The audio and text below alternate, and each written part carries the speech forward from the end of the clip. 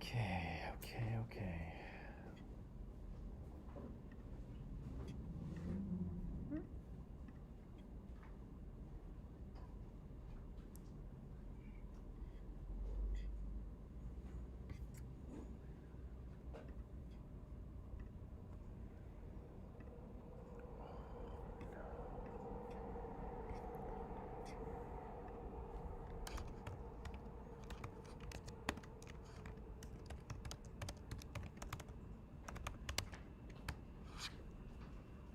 Hello, Sylvie.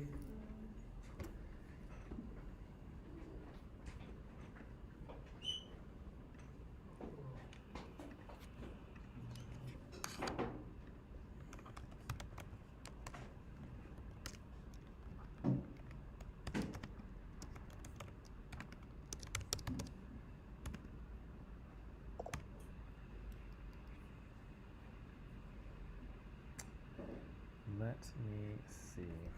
Okay.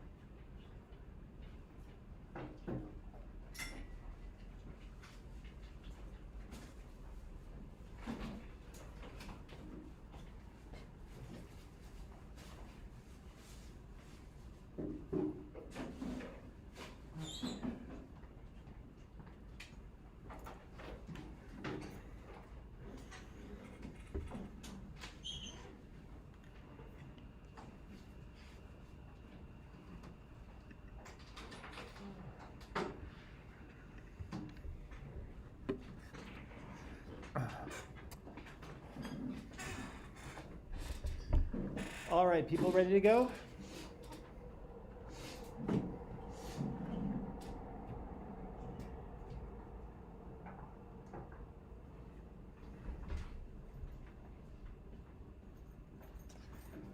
All right, here we go. Okay. Good morning, everyone. Welcome to Wednesday. Welcome to Wednesday. Oh, okay, good. Gotcha. Miles, you okay? So, all right, here's Andre. I'm just going to say good morning to people quickly. So, Crazio's here. Good morning, Crazio. Unadi is here. Good morning, Unadi. Michelle is here. Good morning to you, Michelle. All right. So, yesterday we were talking about fascists, weren't we? Yeah, but we were talking about fascists in the context of the end of World War I, right? And we said that this is an important period in the United States. We saw there was lots of new technology being invented, lots of social and cultural change. But as it turns out, there's lots of political change in this period as well, right? Old empires are crumbling and new governments have to take their place, right? So the Ottoman Empire collapsed, right? The Austro-Hungarian Empire falls apart, right? The British Empire is slowly in the process of becoming less colonial. And so new governments need to appear and new kind of systems in which to govern a country, they appear as well, right? And so the big kind of three political systems in this period are democracy and communism and fascism. And so, again, we talked about this political spectrum yesterday.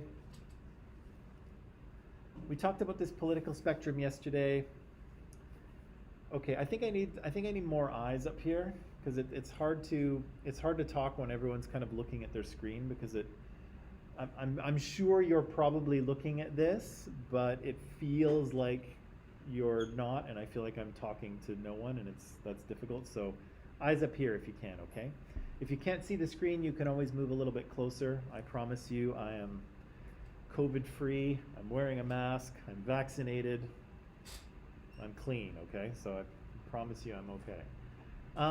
We looked at this political spectrum yesterday, and we said that this kind of helps us understand how people think about the role of government in their country, right? And I said that democracies kind of live in the center part of that spectrum, right? So some democracies have conservative elements and liberal elements. Some might even have socialist elements. If you're paying attention to the US, have you heard of Bernie Sanders?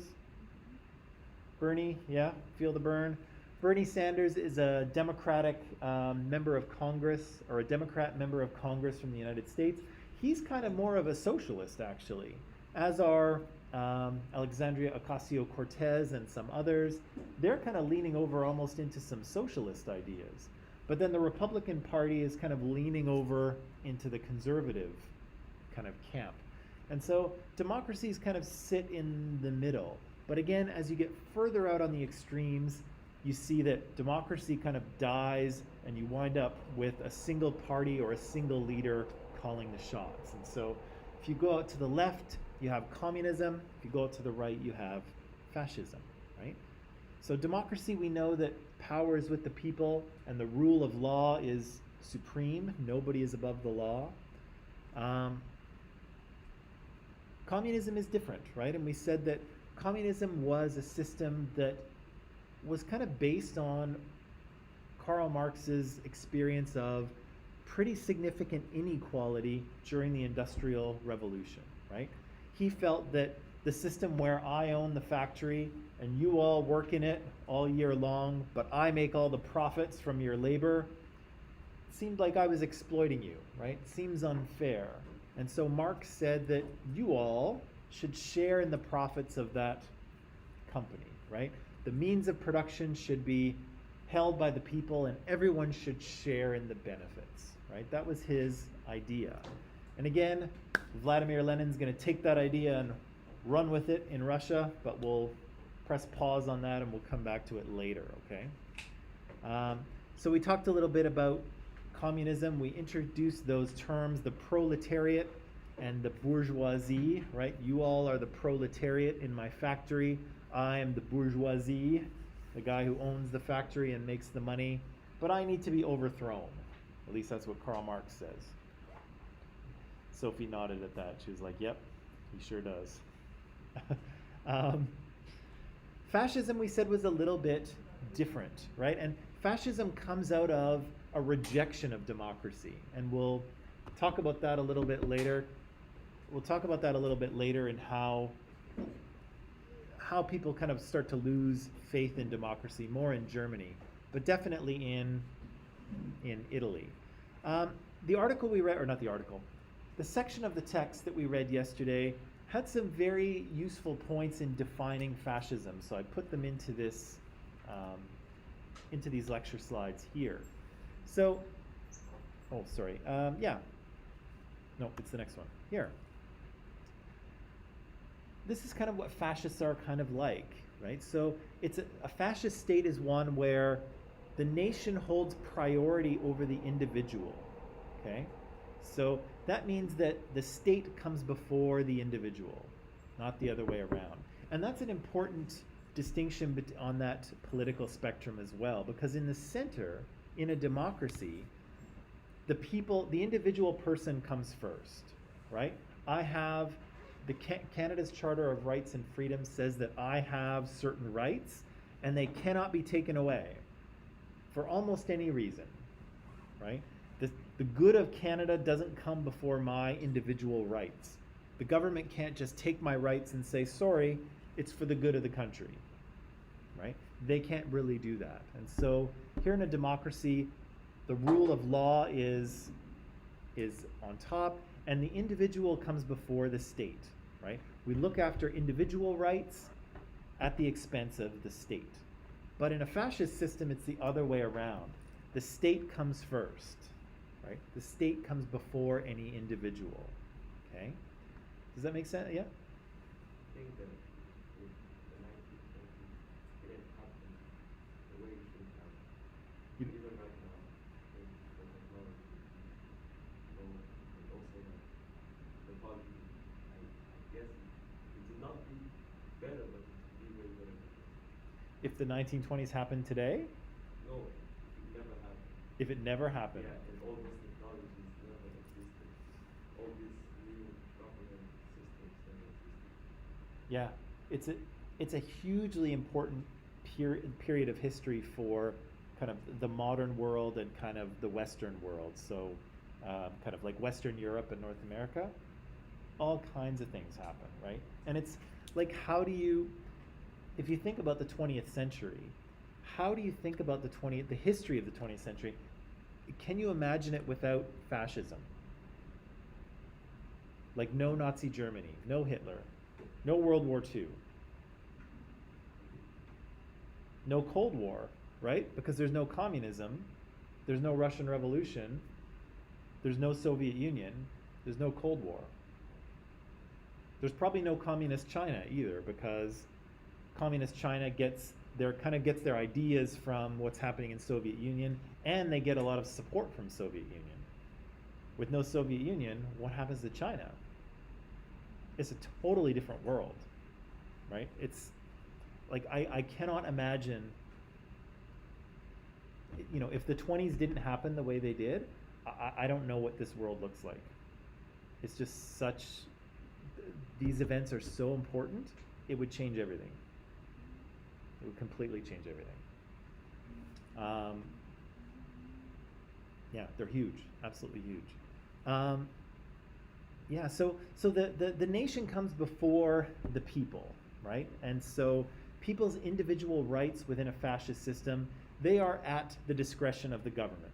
The government can give or take away rights whenever they want, for the good of the state, right? If you disagree with those ideas, or if you disagree with the government, you will often find that you will be subject to violence, because here, the state is ready to use violence against any enemies of the state, internal or external. So they will go to war with other countries if they feel threatened, but also if you speak up or don't follow the rules or don't agree with the fascist government, you will become an enemy of the state. And the fascist government will be very comfortable using violence against you to punish you, right? Here in Canada, again, we don't really do that, right? I can stand up here on YouTube and say that Justin Trudeau is a complete moron and nothing will happen to me, right?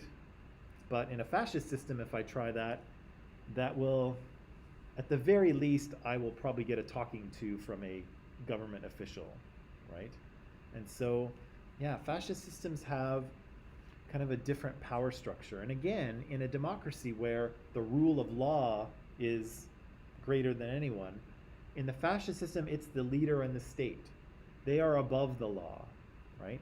And so they make whatever laws they want and they enforce them however they want as well, right? So Is Russia right now a fascist country? Does anyone else have an opinion on that? How would you describe Russia right now? Yeah, I think so, because there was a journalist. Yeah. His name was Alex, something like that. It was like 6 months or 7 months. So he said something also wrong to the government. So now the whole Russia is demonstrating for taking over. So I think That's Alexei Navalny, right? Exactly. Yeah. So Navalny in Russia, Navalny is a leader, an opposition leader, right? So he leads a party that is opposed to Putin, and has been attempting to expose corruption within the Russian government, and has been exposing it. Of course, he got poisoned with a nerve agent a number of months ago. Was taken to Germany to kind of recoup. Now he's in a Moscow prison for, I think, he's in there for violating his parole, and the earlier charge was disparaging the memory of a World War II veteran, I think. Yeah. So this is where kind of fascism and authoritarianism get mixed, right? And so fascism is authoritarian, as is the Russian government under Putin. But I wouldn't say that Russia is a fascist state. Some kind. It's an authoritarian state. Okay, so it looks like, well, it doesn't even look like it so much, but it's supposed to look like a democracy, but it is not, right? And it is under the control of one authoritarian leader, right? And so again, we may have to define this a little more because again, there's differences between authoritarianism and fascism, right? So let's go back to this because this is a good point. Yikes, where's my little, there it is. So if we look at fascism here, it has to do a lot with, it has to a lot of, to like, again, how do I describe this?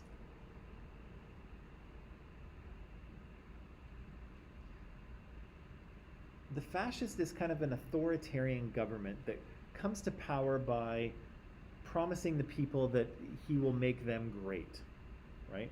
And fascists have, again, a big investment in the people themselves, right?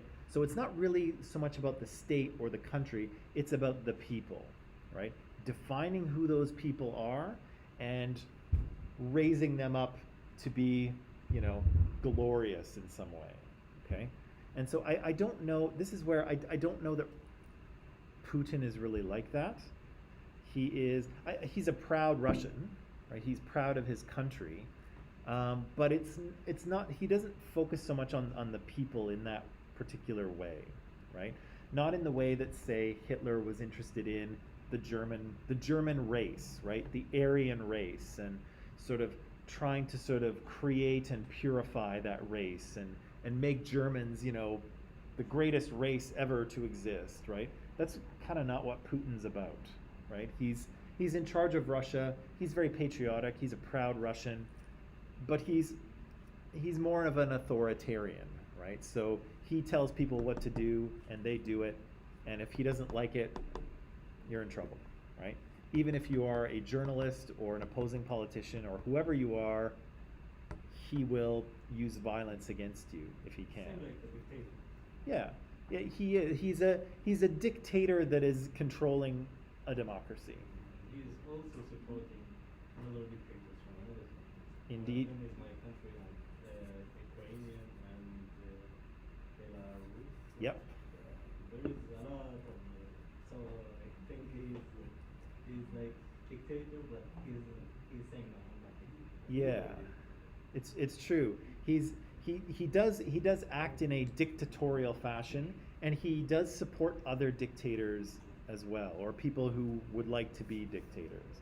So, yeah, so Putin's kind of interesting because, again, technically Russia is a republic, right? And in theory they have democracy, but in practice, not really. It doesn't really work that way. It's a charade, right? It's a show. The democracy is a big show, right? But he is in charge. But I wouldn't say he's a fascist, but he is an authoritarian. So it's more on the right side, but not the extreme right side. Putin, yes, I think you could probably, let's see, I think you could probably say that Putin is more conservative on the whole. But I think he is less, but I think increasingly he's less defined by his politics and more defined by his attempt to maintain power, right? And to make sure that nobody challenges him. But I think he would be a more conservative, and I think most dictators probably are, right? They're more focused on tradition. They're more interested in kind of keeping things the way they are. Most dictators, I would say, aren't interested in diversity or multiculturalism or inclusivity or immigration. Most dictators are not kind of into that. They're more into keeping things the way they are, particularly if they're in power, I would say. but that's a good question. And again, it's that, and that's the thing about this, right? Is that as you move further out, you get closer to authoritarianism. You get closer to dictators, right? Fascists have dictators. They have a strong man in charge, but often the communists do as well, right? There's a communist party. There's one party, but often there's one guy who's in charge, right? Whether it's Vladimir Lenin, Joseph Stalin, whether it's Kim Jong-un, whether it's Xi Jinping, whoever it is, there's one guy who's kind of the head guy, usually. What's that? Unfortunately. Yeah. Okie dokie. So where were we now? Right. Yeah, so the other thing that's interesting about fascists is that they tend to kind of make up things as they go, okay? So democracy has a very clear ideology, right? It comes to us from ancient Athens. The power is with the people. One person, one vote. You know, the rule of law is supreme. No one is above the law. Those things are part of the democratic ideology, right? We argue, we debate, we vote, and then when we vote, it's decided and that's it, right? With communism, the same thing. You have a clear ideology, right? You know, from each according to their ability, to each according to their need, right? Everybody pitches in, everybody receives the benefit, right?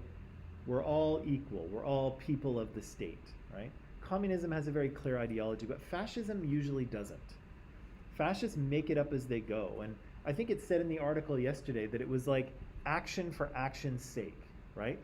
In Italy, things were chaotic after the war. Something had to be done, so the fascists were going to do something.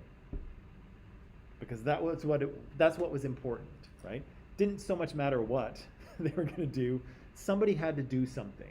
And so the fascists were going to do it, right? And what they were going to do, well, they kind of figured it out as they went, right? They made up their ideology as they went forward, right? So democracy and communism have kind of a playbook.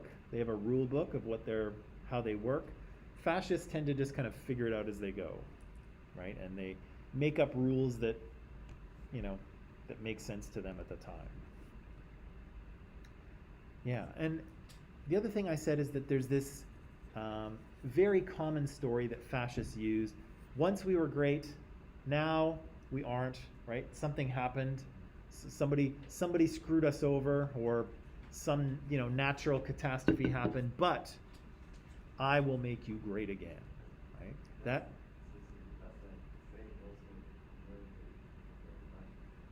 it's the what?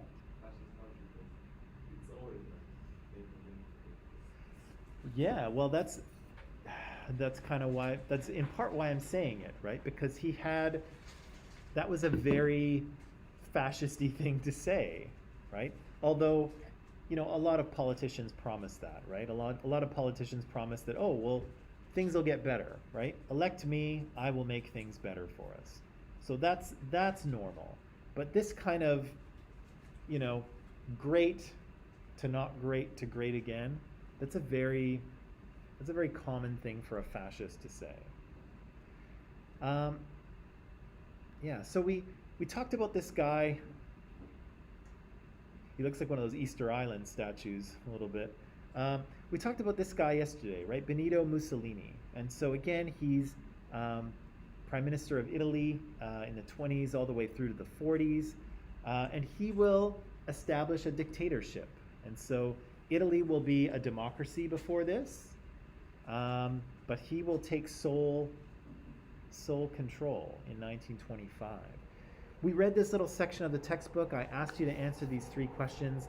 Can we talk about those 3 questions? Okay, let's do that. I'm just going to pull up I'm just going to open that page of the textbook.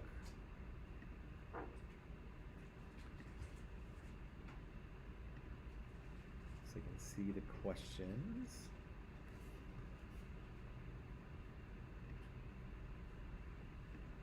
Oops. Fantastic. Okay. so here's part of this fascist story, right? The fascists believed that Italy was great in the past, but now they weren't, right? There was a total, as they say here, a total social and economic collapse following World War I. Who are the fascists blaming for this collapse? Or what? Who or what did the fascists blame?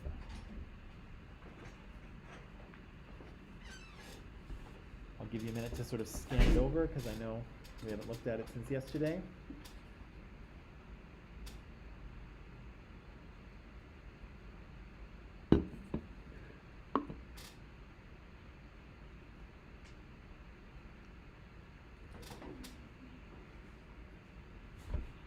Who is to blame for all this chaos? Democracy was to blame. And why, Sophie? Why is democracy to blame for this mess? Because the book says so. What does the book actually say, though? Because that brought Italy to the sorry state, and because the government was being turned over to the rule, to the ignorant masses. Yes, say that one more time, but louder. That last thing. The government being turned over to the rule of the ignorant masses. Right. The rule of the government had been turned over to the ignorant masses, right? So, what do we know about democracy? Who has the power?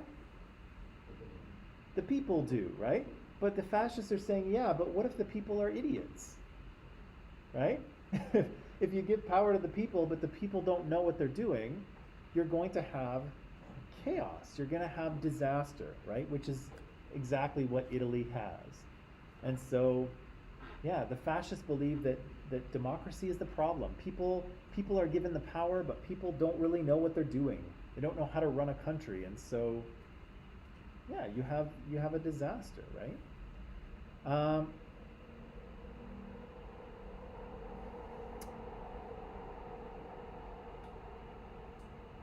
Number 3 talks about the fascist view of the relationship between the state and the individual, right? And so I said in democracies, good morning.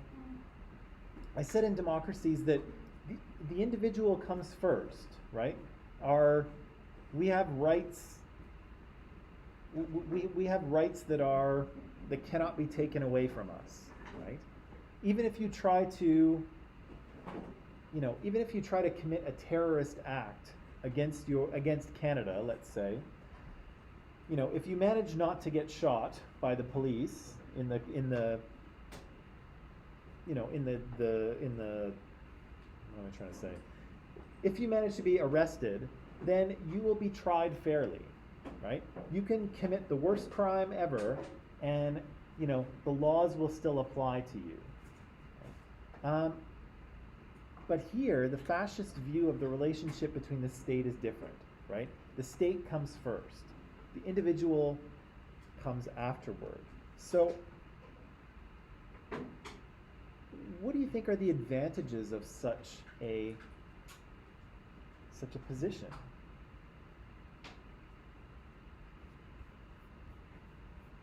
How is that useful if the state comes before the individual?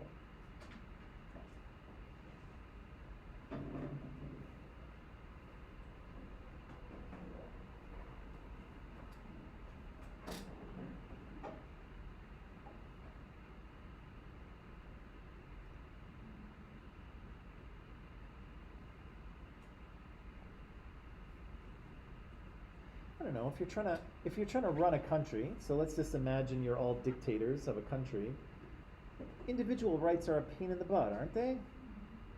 You can't violate anyone's rights, you have to ask permission, and you got to get votes, and you can't do this, and you can't do that. How is anyone supposed to run a country when you have to worry about everyone's rights, right? Can't you just do what's best for the country and then just let people figure it out? Well, we say no, but what would a fascist dictator say? Yeah, of course, right? It's much easier to make decisions and to rule a country if you don't have to pay attention to individual rights, right? Individual rights are a pain in the butt. It's much easier to just round up your enemies and throw them in jail rather than, respect their rights.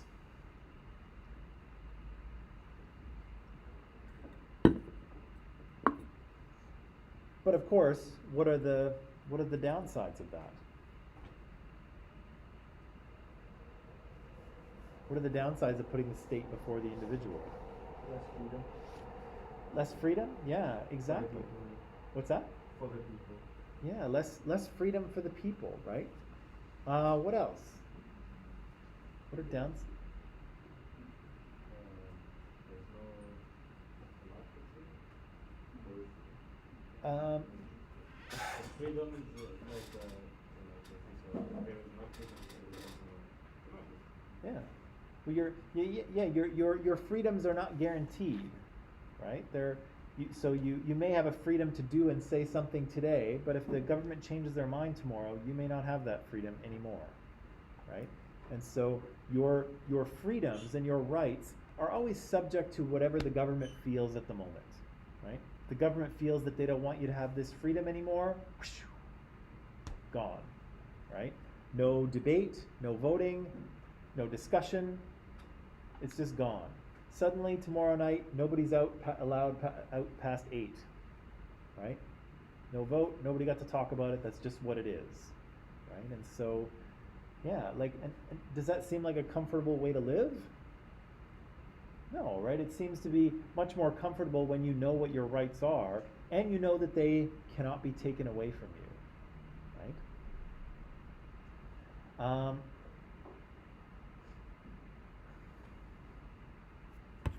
Anything else you can think of?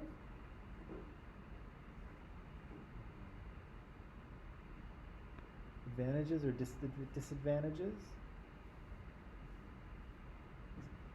The state taking precedence over the individual?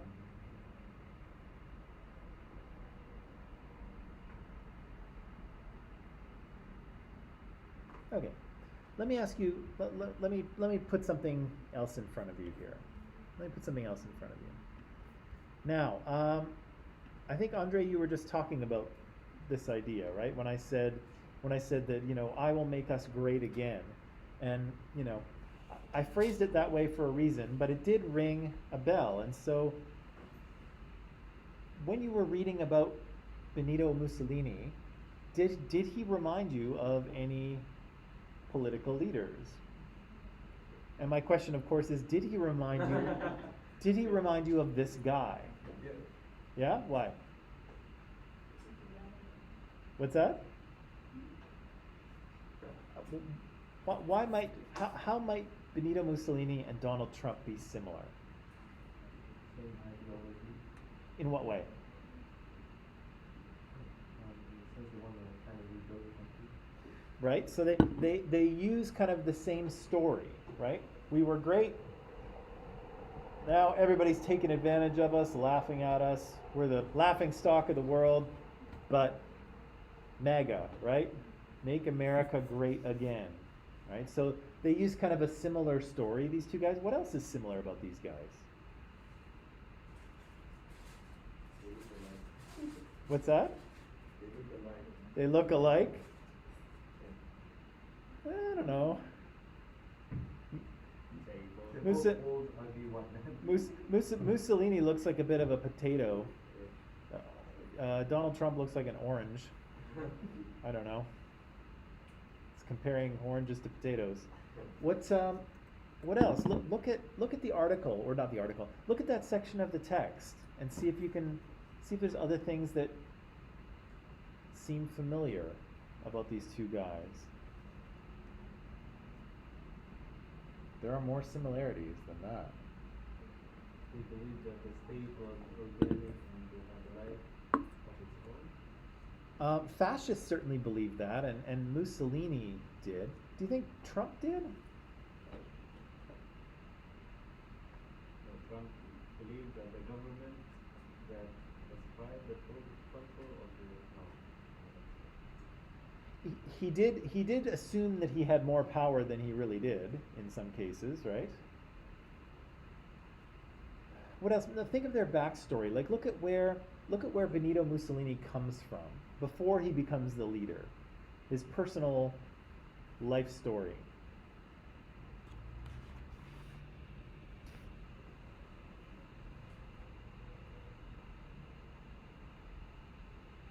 He went back to Italy when he was a young generation. So he was like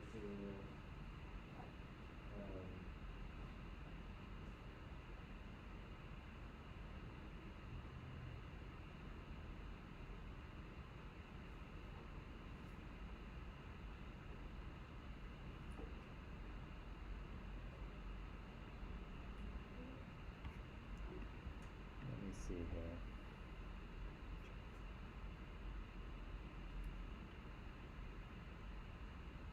his charisma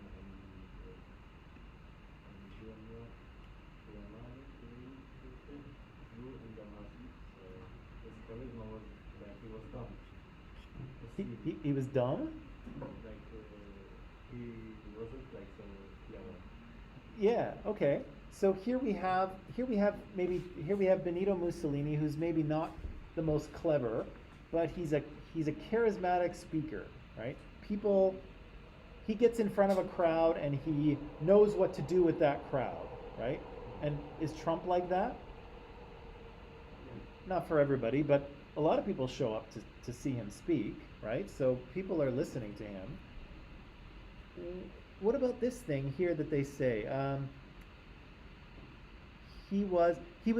This is the third paragraph down. It says it was Mussolini, a left-wing socialist turned right-wing activist. So Mussolini totally switched sides, right? He was on the left, and then he just he went right over to the other side, right? Maybe you don't know this so much, but is Donald Trump really a hardcore conservative?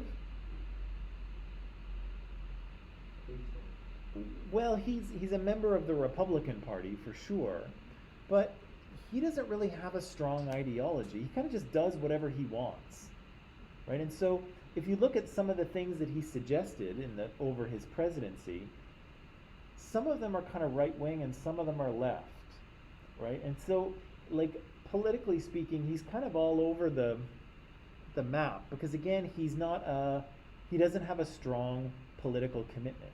He just does whatever he decides he wants to do, right? He's not following a particular way of thinking, right? Let's see.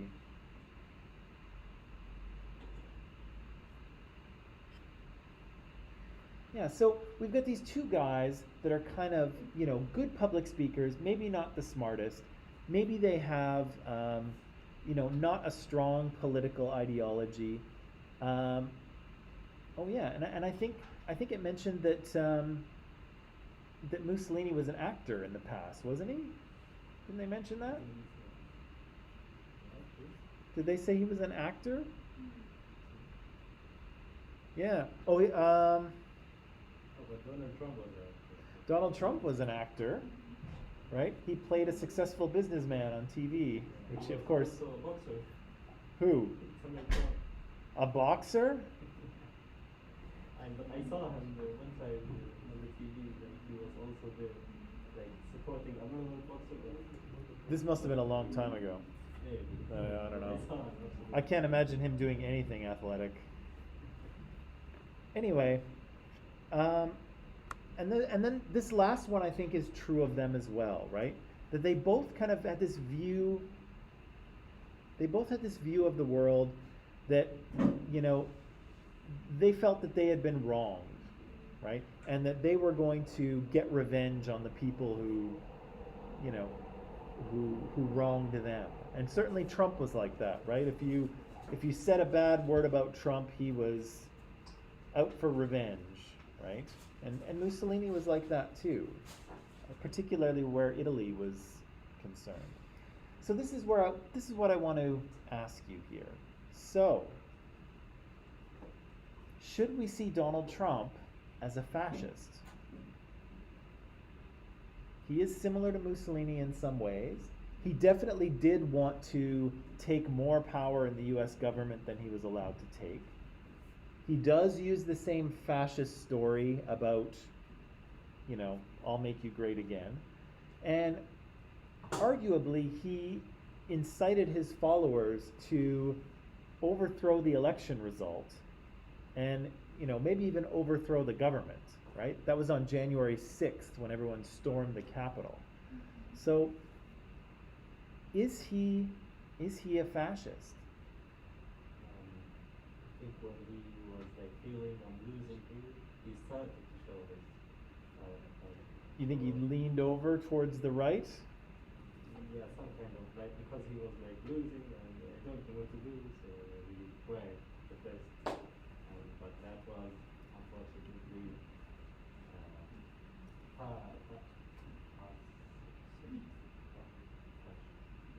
Yeah, okay. okay. Okay. What do other people think? Is this guy a fascist? Why not?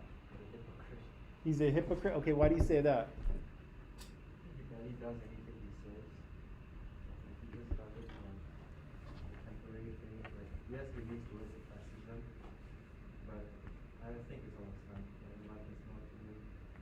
Like, just to like, stay in power. Like, power is the main thing you want.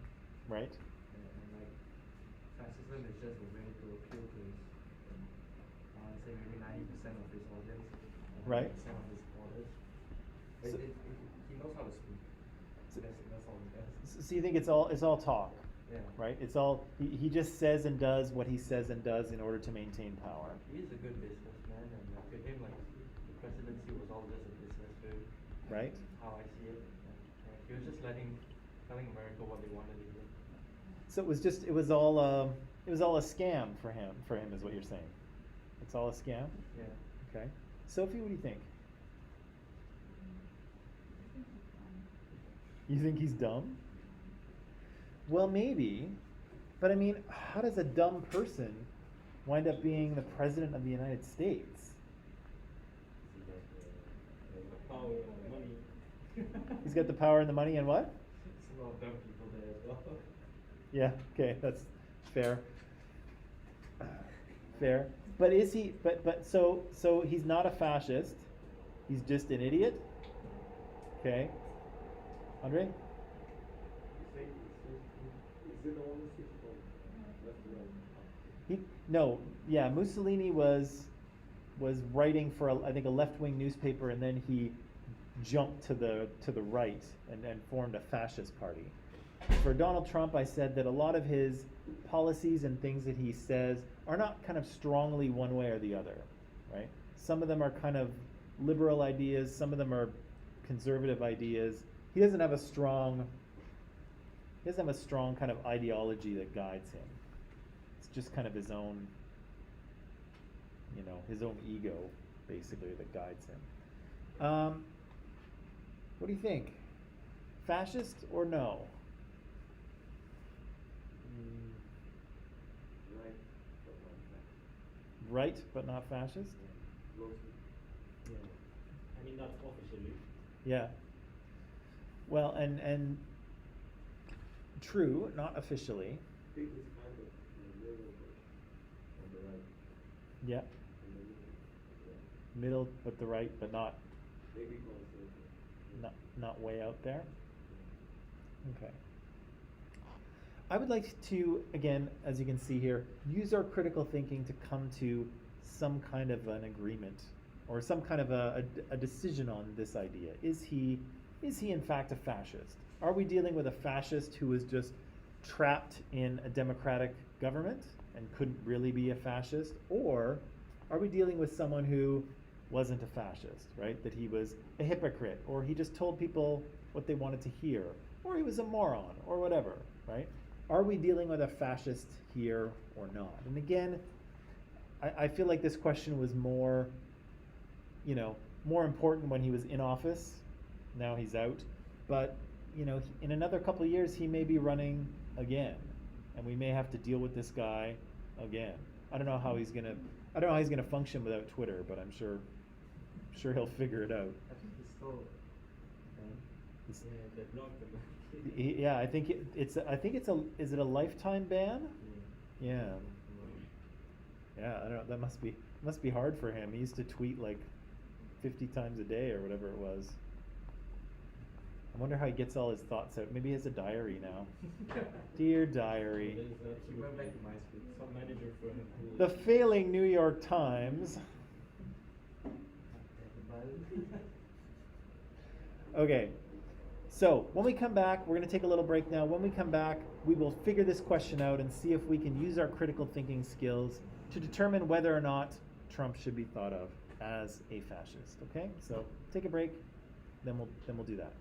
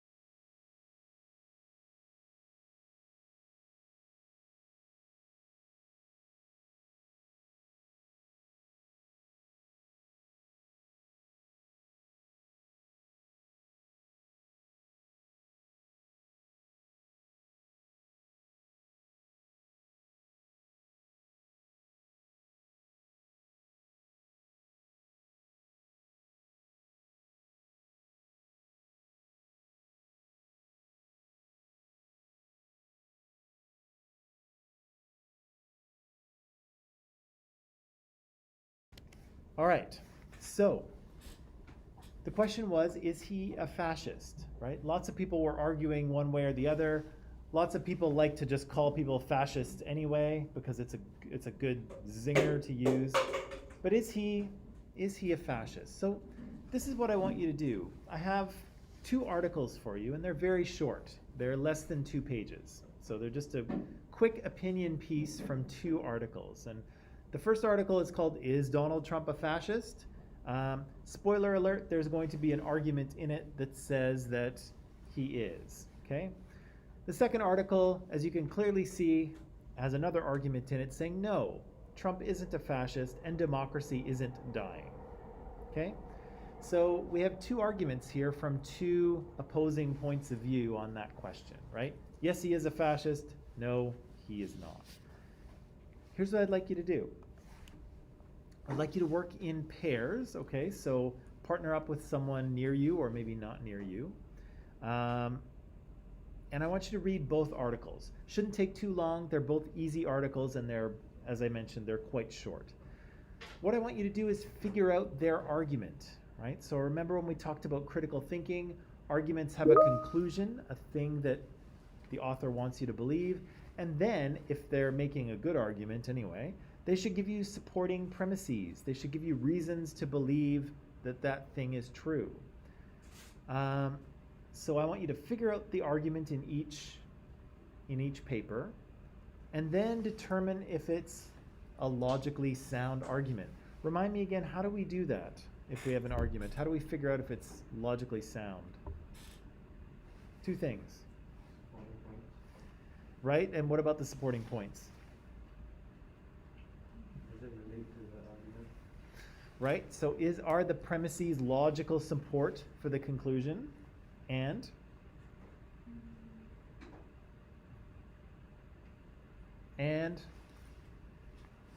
second thing, now I know what to ask on the quiz on Friday.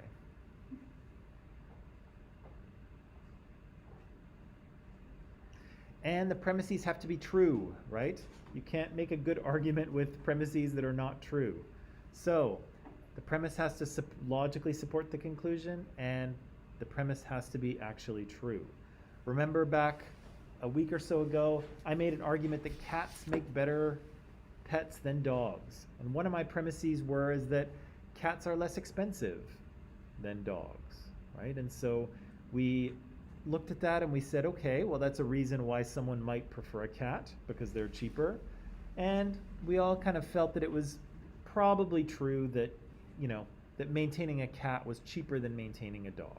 So I had a true premise, and I had a premise that was logically supporting the conclusion, right? And you'll want to do the same thing with these articles. What's the conclusion? What are the premises? And are those premises logical support? And are they in fact true? Okay? So you'll figure out both arguments. You'll figure out if they're logically sound. And then I want you to actually come to a decision, right? Do you support one argument or the other? Right? And why do you support that? Why do you agree with this person, or why do you not agree with this person? Okay? Again, you can work in pairs. It'll make it easier for you to figure things out and to talk about. So let's do it. Okay? So both the articles are in Microsoft Teams, as you probably guessed. I'll let you pair up and then get to work, and I'll cruise around and help you out where I can. Yeah.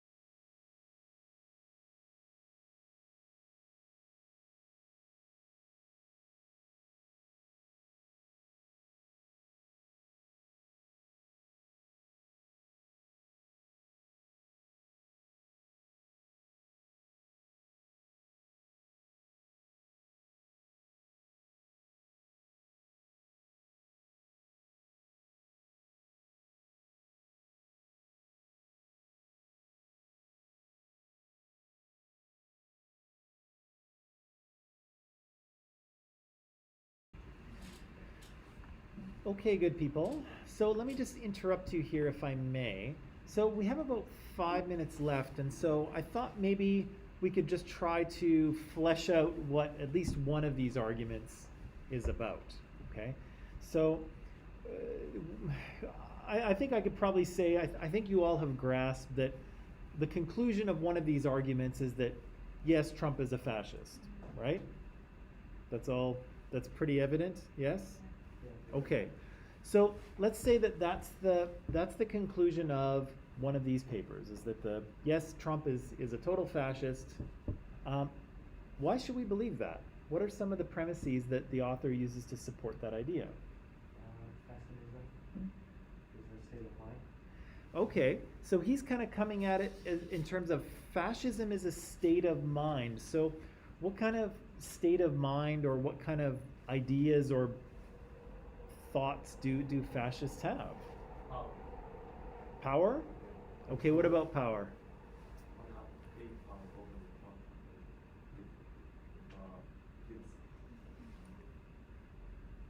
It's on the left side, then people not the same power as you. But it's on the right side, then it's over everything. Okay, so the fascists want to gain full power over the country, right? Yeah. And how do we know that Trump is thinking that sort of thing?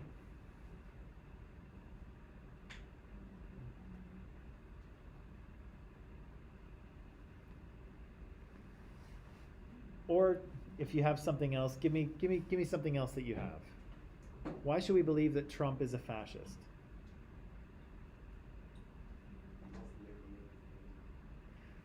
He wants to make America great again?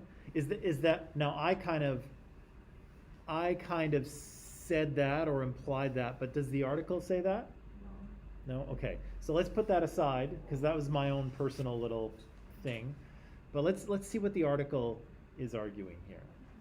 So what's another reason that we should believe he's a fascist according to the one article?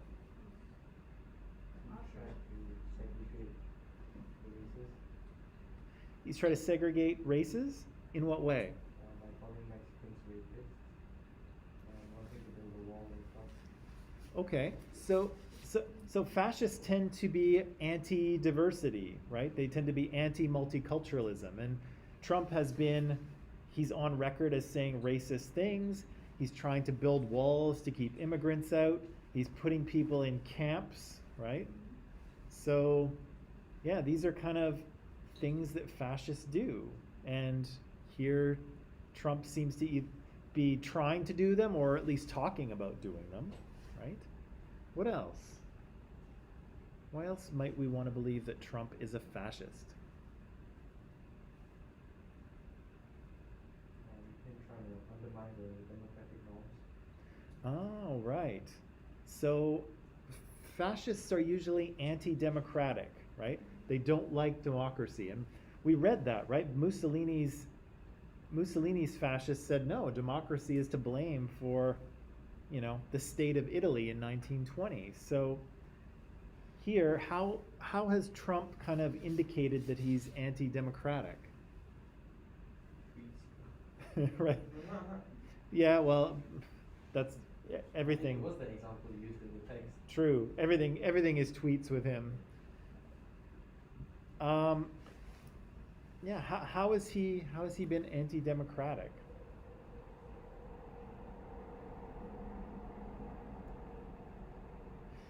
Well, I guess we could even add this in ourselves, but he did not accept the result of the vote in November, right? He lost the election and still will not give up. He will not admit defeat, right?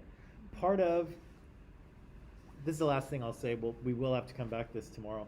One of the things that democracy relies on is the consent of the losers, okay? And I don't mean losers like, that. But I mean, the thing is that if you have an election and one candidate wins, the job of the other candidate is to say, okay, the people have spoken, that's what the people want, I will step down, right? So they have to go along with it, right? They have to say, yes, I lost, I will step down, The people have spoken, right? That's kind of what you're supposed to do. And the same thing when you vote, right? You can argue really hard for something, right? But then when the vote happens, even if you don't get your way, you have to live with it. That's what democracy is. Democracy isn't about getting what you want. It's about having your say. And everybody gets their say, but then sometimes you still don't get what you want. But you just have to suck it up after that, right? That's just how democracy goes. But Trump doesn't really do that, does he? No. He doesn't agree to being the loser, right? He doesn't agree to being beaten. He's will not give up, right? And that's anti-democratic, right? What is democratic is fighting really hard, but then after the vote is done, it is decided. It's over. But of course, for him, it will never be over, right? Okay. We will have to come back this tomorrow, which we will, but until then, you can pack it up. I will see you tomorrow. Don't forget, we're going to do a quiz on Friday. I will review the procedure for that tomorrow, just so that you're aware. But I've written it, it's in Microsoft Teams, so you can read it as well, okay? But I'll review it tomorrow, just so we're ready for Friday, okay? That is all. Have a nice afternoon, and I'll see you tomorrow.